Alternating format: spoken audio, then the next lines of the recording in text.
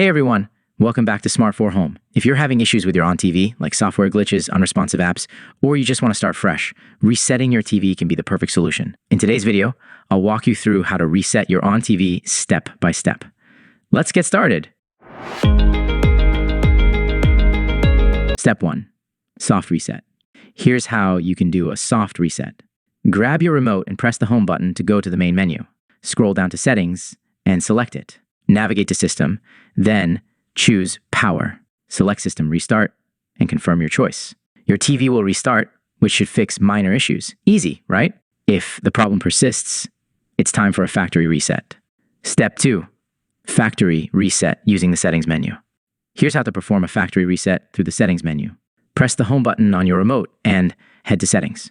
Scroll to system and select advanced system settings. Choose factory reset and select factory reset everything. Enter the code displayed on the screen to confirm. Your TV will restart and all settings will be restored to factory defaults. Don't forget, this will erase all your data. Make sure you back up any important information or take note of your app logins before doing this. Step 3.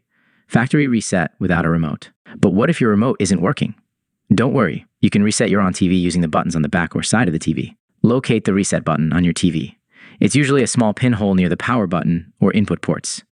Use a paper clip or a similar tool to press and hold the reset button for about 15 to 20 seconds. Release the button when the TV restarts. This will perform a factory reset without the need for a remote. Conclusion. And that's it.